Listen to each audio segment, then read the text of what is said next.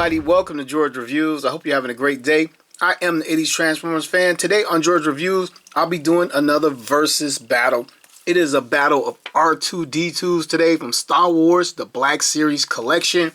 On the left, we have the retro carded version of R2-D2 from Return of the Jedi. It's decked out like the vintage carded version, just jumbo size. It even has Kenner down here. And on the right, we have R2-D2 from the Mandalorian TV show. Both appear to be the same figure. They have the exact same amount of accessories, just different packaging.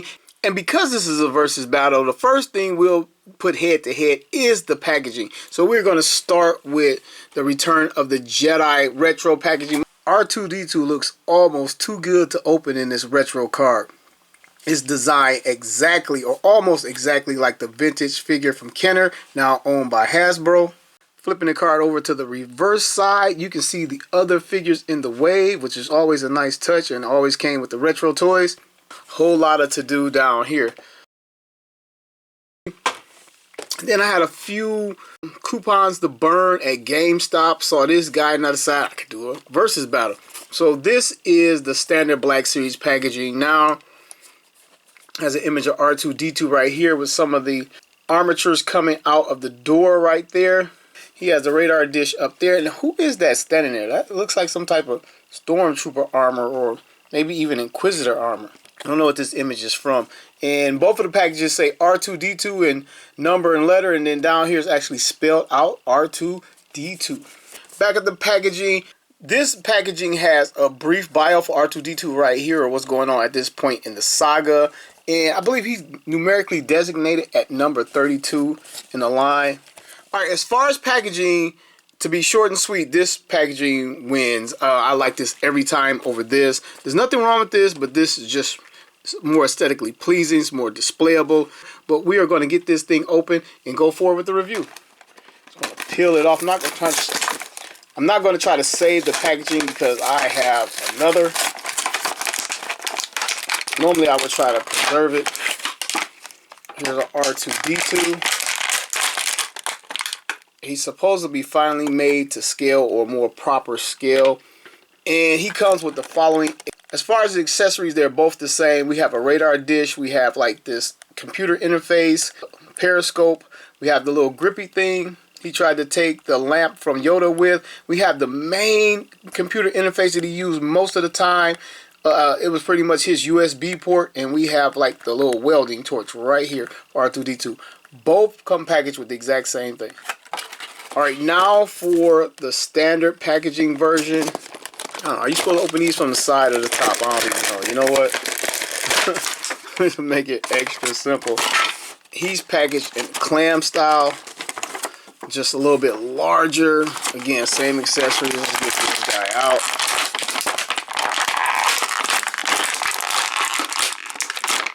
A lot more noise over here. Alright, this concludes the unboxing portion of the review. Okay, let's take a look at our R2-D2s. Bring them closer. Take a look at the head or the dome on these guys. Exact same painting. Essentially, these are the exact same figures repackaged. But there was a time when I thought there was a physical difference to the toys. But apparently there is not. It's just your choice of which style packaging you would like at this point. He has great molded in detail. Pretty much everything you would want or hope to see in R2-D2. I really wish these little things right here lit up some way, somehow. It'd have been cool if this was like a little bit translucent, but it's just black paint. The main eye or sensor for R2-D2. Yeah, exact same. Just a little bit difference in tolerance in the paint from the factory. A little green space. It's supposed to be a light back here. A lot of silver and blue paint going on.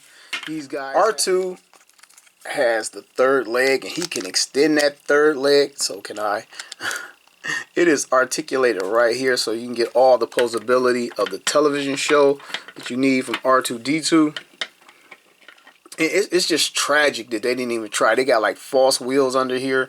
They could have just put a little wheel in there. No matter how well it would have rolled, I mean, it would just been nice to have 3 wheels under here. They didn't have to go all 6 like the molded in detail, but just wheel, and we would have been great.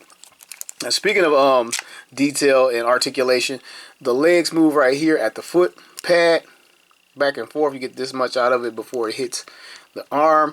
They will 360 both legs. The dome rotates full 360, and the dome also extends. And I thought the retro carded version was the only one that had this feature, but they both have this feature. And if I had known that, I only would have bought one. And would have been a versus battle. I just assumed they didn't do it to this version. I guess I should have looked it up, researched it or something like that. But we have both of these in this video, and now you know, so you don't have to make the same mistake I made. Gunmetal gray, exact same paint. There's a lot of molded in detail in there. Actually, they could have just had like a little pipe, but they went ahead and molded it. And the accessories actually store in here. And speaking of accessories, we have these doors to get the accessories out. They don't make it easy. I guess their biggest concern was the doors closing flush. But there's a door here, and door here. We've seen R2 use these things all the time, open these doors. He didn't need my fingernails to do it. But there are 3 holes in each side. He doesn't even come with that many accessories, but you got your choice of accessories that you want to put in there. I mean, well, he does come with that many, but he didn't have as much stuff coming out of here. We're going to use the little grippy thing he used to take the lamp from Yoda with, or he tried to. Mine, I will help you not. Plug it in right there. All right, this is the main one. He used this thing all the time to activate warp drive, to open the city doors, everything. Put this right here in the middle. I'm assuming the middle is the sweet spot. Then we have the torch right here. Someone said it looks like a Star Trek phaser just turned backwards, which it may have been, knowing how they do movies. They steal props. And the little grippy thing, I think he got electrocuted at Cloud City using this one. The base is too big. This radar goes on this top panel. Look at this. They should have found a way to have this inside, because, I mean, this is just waiting to get lost. In years to come, people will be searching for this little panel. Radar goes up top right here. And he has one more space for parts. Panel right here. Panel is which. And this one gets the periscope that he used on Dagobah. Goes right there. Got it the right way? Yep, got it the right way. This is R2 all armed up. We get this guy armed up and come right back. Alright, here are both R2-D2s with all the accessories attached, and I honestly thought these guys were different. I probably wouldn't have bought 2. I thought I was being clever grabbing them both so I could do a versus battle review and just show the difference, but there is no true difference in these figures. Alright, now for his weapon storage. In order to get into his head, I just pulled it up earlier, but it has to be centered. If you turn it to the left or right off center, you can't access the inner head mechanism. It has to be lined up. Then you pull it out. Same thing for retracting it. If you turn the head, you can't get it to go down. So we get the head up and take out his accessories, and the bulky part has to fit in these grooves. As far as I can tell, they're the same size. Some of them look different in depth.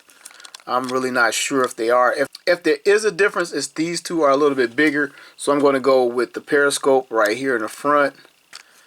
And it kind of snaps in if you get it just right. Push these into place. This one's a little tricky. Got to make sure the bottom gets in there. So you kind of get it up high. And you want the dish to kind of face R2's neck. And pop it in there. And that's in there. Again, I'm not getting the snap after I said it would be a snap.